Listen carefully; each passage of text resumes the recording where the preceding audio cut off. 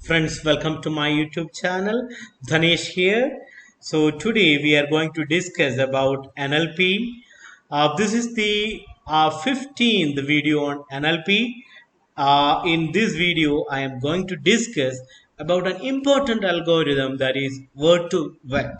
See how you can convert text into vectors. So for that, there are different algorithms that are available, but word to vec is the most important one. We will cover this algorithm in this video. Let's start. So this is a quick introduction to NLP. We already discussed NLP is equal to NLU plus NLG, natural language processing NLP, NLU natural language understanding, NLG natural language generation, the pictorial representation. These are all the steps to be followed while building an NLP pipeline. Every step we have separate videos. You can watch that. This is the life cycle of an NLP project: text document, text pre-processing, text parsing, feature engineering, modeling and deployment. The word to work algorithm, it's coming under feature engineering. This is the pictorial representation. Everything you can see here, word to work, it's coming under feature engineering. See, feature engineering in NLP, when we deal with an NLP problem, our input is text. We have to convert those inputted text into something that our algorithm can understand. That is, our algorithm can understand only numbers. That's why we are converting the word into vectors. So those things also we discussed in the previous videos. Different feature extraction methods are bag of words model, we discussed. Bag of n-grams model, we discussed. We have video.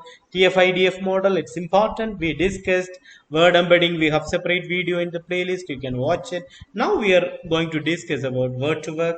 This is the steps to be followed in feature extraction. You can understand it. Input is the text here, and for the machine learning algorithm we will feed the generated vectors. See, word embedding are the text. See how we can convert text into numbers or vectors. Vector is a tensor. It's a vector is a first order tensor. You know it. See, scalar is a zeroth order tensor. Vector is a first order tensor. Matrix is a second order tensor. Tensors means containers for data. You know it. So texts are converted into vectors here. See, why word embedding? Our machine learning algorithm and deep learning architectures are incapable of processing strings or plain text in their raw form. They require numbers as inputs to perform any sort of job like classification, regression, any sort of job they need numbers. See, different types of word embedding techniques are frequency-based technique and prediction-based embedding. So here, for frequency-based word embedding, you have count vector, TF-IDF vector, co-occurrence vector. TF-IDF is, this is really important. So see, this we have already the video in the playlist. You can watch. Prediction-based word embedding, it is, we use word to word. This is the most important one. We will discuss in detail about this. See, this model was created by Google in 2013 and is a predictive deep learning based model to compute and generate high quality distributed and continuous dense vector representations of words which capture contextual and semantic similarity. Vector space model is well known in information retrieval where each document is represented as a vector. The vector components represents weights or importance of each word in the document. The similarity between two documents is computed using the cosine similarity. See, cosine similarity is another algorithm. Here you need to understand what is a vector and a scalar. Vectors are quantities having both magnitude and direction. Scalars are quantities having only magnitude. When we talk about the multiplication of vectors, see, scalars you can multiply it like ordinary numbers. Vectors you can't do that. So there are two types of products for vectors. Addition also separate rule is there. For vector multiplication there are two rules. One is the scalar product and another one is the vector product. Here I am talking about scalar product to understand the cosine similarity algorithm. See, A dot B, this is the equation. A dot B is equal to AB cos theta. What is A? A is a vector A. This is the dot product. Vector B. Then what is this A? This is the magnitude of A. This is the magnitude of B. This is the cos theta. Theta is the angle between vector A and vector B, that is theta. Then A dot B is equal to magnitude of A into B into cos theta. When I am telling 10 Newton, F is 10 Newton, so its magnitude is 10 and direction I can take it like this. Oh, somebody is telling I exerted the force in this direction, then the direction of force is like this. That is a vector. That's the concept.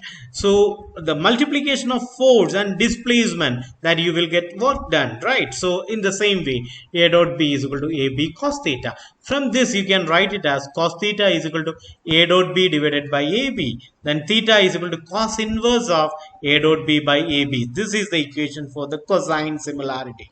This angle gives the, the cosine similarity vector, that distance. See, this angle gives the distance for the cosine similarity algorithm. So this angle is calculated by the formula cos inverse A dot B divided by AB. This is known as the cosine similarity algorithm. So we use this algorithm as well in the word to work. Now, word to work uses a single hidden layer in a fully connected neural network. See, you have to be familiar with the neural network to understand word to work, because in a neural network, input layer is there, output layer is there, and hidden layer is there. So here the important, so hidden layer, normally in a neural network there should be multiple hidden layers. Inside the hidden layer, computation or the calculation happens. Input layer for giving the input, output layer to from where we will get the output. See, hidden layer where all the calculation happens. In a neural network there should be multiple hidden layers, but in a word to work algorithm there is only one hidden layer. A single hidden layer will be available. So here you have the input text, here you have the output text, input text and output text. You understood. So word to work, there are two types of methods, two types of algorithms is available. One is continuous bag of words and the another one is the skip-gram model. In the continuous bag of words, the way continuous bag of words work is that it tends to predict the probability of a word given a context. When the context is given, we have to predict the word. A context may be a single word or a group of words. SIBO, continuous bag of words, is learning to predict the word by the context. Here the input will be the context and the output will be the target word. The neighboring words is the context. The limit on the number of words in each context is determined by the window size. How many words is the window size? The number of neighboring words, that is the window size. See, from this continuous bag of words, the input layer is this white box content. This is white box content. These are all the input layer. Based on those white box content, we need to predict this blue box. But here the window size is 5. 1, 2, 3, 4, 5. So this is continuous bag of words. See, by using the context lion over the deer, you need to predict this. This is the output. This is the Y. See, this is the X. This is X. This is also X. This is also X. X is the input. This is also X. By using these words, we need to predict Y. That is the continuous bag of words. We are using this single hidden layer, a fully connected neural network with a single hidden layer for this prediction. In the skip-gram model, it is just reverse. See here, reverse the use of target and context words. In this case, the target word is fed the input, the hidden layer remains the same, and the output layer of the neural network is replicated multiple times to accommodate the chosen number of context words. Skip-gram is learning to predict the context by the word. Here, the input will be the word, and the output will be the target context. Just the reverse of the continuous bag of words. That is we have to predict the neighboring words. The limit on the number of words in each context is determined by a parameter called window size. See, here it is not continuous bag of words. We are discussing with the skip-gram model. So in this skip-gram model, the input layer is the blue box word. See here the input layer. Here we have only, this is the input, this is the X, this is the X. Here the output is, all these words are the output. This is why we need to predict all these words. The target layer is the white box content, and here also the window size is 5. This is not the, this is skipgram model. So you understood. So the math of word to work, it is really simple. See, since the goal is to predict the probabilities for words in the output layer, we have to use softmax activation function. You know, activation function introduces non-linearity in a neural network. You know it, sigmoid, hyperbolic tan, ReLU, softmax, all these are all activation functions. See, softmax function comes into picture whenever there is probability comes into picture, we use softmax activation function. See, the value, the output value varies from 0 to 1. So we use the softmax function, and this is the equation you need to remember. I will explain the equation. The output of the kth neuron, we are taking it as yk, is computed by the following expression, where activation n represents the activation value of the nth output layer. Then the conditional probability of PR, that is word k with respect to word context.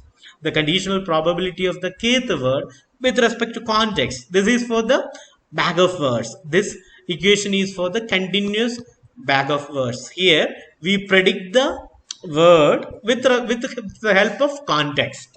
So in the same way, you can write the conditional probability of the context with respect to word k. That will be like probability of word context with respect to the word k. This is for the skipgram model. This is for skipgram model. So this is equal to exponent of activation k. So this is the kth layer for its the activation softmax activation function, its exponent divided by sigma is equal to n is equal to 1 to v, the exponent of the activation nth layer, the activation of the nth layer. So this n here we are taking the sigma from 1 to v. So this is the mathematical equation for the, you know, for the continuous bag of words. In the same way, you can write the equation for the, you know, skipgram model as well. So that's all about word to work.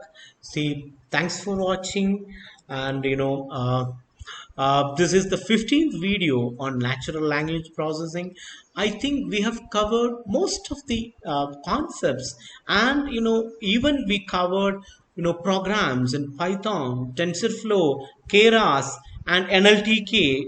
All these, by using libraries, we have implemented all the, you know, examples. We have, you know, all the concepts we explained, we have implemented as well. You know, thanks for watching. Please like, share, and subscribe. Thanks a lot.